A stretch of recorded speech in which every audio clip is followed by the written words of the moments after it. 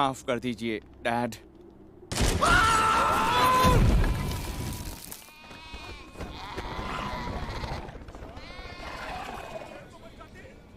पर मैंने गुस्सैल रात को निशाना बनाया। डैड, पहले जैसा झूठ नहीं बोल रहा हूँ डैड, मतलब मैंने सच में उसे मारा। तुम सब लोग वहाँ लगे हुए थे, वो मेरे निशाने पर था डैड, मैंने उसे मारा था। चलिए उसे ढूंढने चलते हैं, हम नहीं। चुप! अब बस चुप करो। जब भी